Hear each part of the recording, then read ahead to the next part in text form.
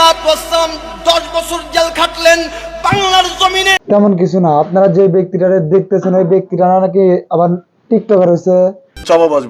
চলুন তো আসলে কি টিকটকার হয়েছে দেখে আসি।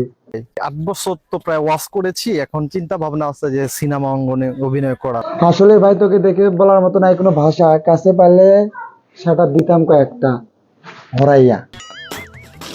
হ্যালো ভাই বাদারান সিস্টার, আপনারা সবাই কেমন আছেন? আশা করছি অনেক অনেক ভালো আছেন। তো আবার চলুন আপনাদের মাঝে নতুন একটা ভিডিও নয়, তো আপনারা থাম্বনেল দেখে টের পেয়ে গেছেন ভিডিওটা কিরকম হবে। তো চলুন যাই ভিডিওটা শুরু করি। হ্যাঁ বলেন। ওয়াজ মাহফিল এবং ইসলামী অঙ্গন মাদ্রাসা মসজিদ ছেড়ে আমি একটা সাধারণ কাতারে চলে আসছি। এটা সাধারণ কাতার, সাধারণ মানুষের এরকম চুল।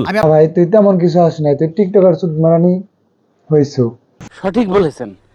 এই যুগে দেখবেন মুসলমানের ঘরে অনেক বেঈমান সন্তান জন্মগ্রহণ। আসলে ভাই বিশ্বাস কর, তুই আলম থেকে যে টিকটকার হয়েছো তাতে আমার দেখে যা হাত খালি মিস করতেছে, মনে করে যে সারাত একটা দিয়ে আসি।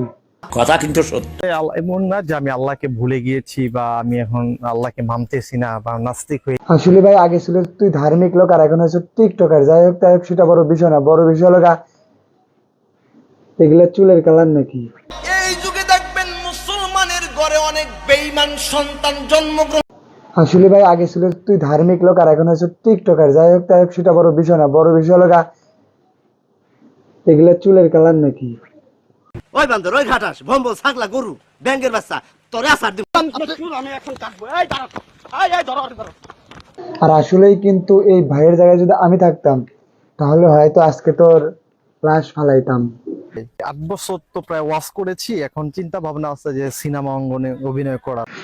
আসলে ভাই তুই তো 8 বছর আলেম ছিল, এখন কি তুই মনে মনে কি চাস যে আমাদের ধর্মের কোনো দাম নাই কিংবা আমাদের ধর্মের কোনো নাম নাই? আর তোকে দেখে অনেক হিন্দু ধর্মের লোক কি ভাবতেছে, তুই কি জানোস? আর তুই জানবি কেন? তুই তো এখন নাস্তিক হয়ে গেছিস। তো আজকের ভিডিওটা এ পর্যন্তই। যদি ভিডিওটা ভালো লেগে থাকে তাহলে ফেসবুক পেজটা ফলো করবেন এবং ইউটিউব চ্যানেলটা সাবস্ক্রাইব করে দেবেন। বিদায় বন্ধুরা।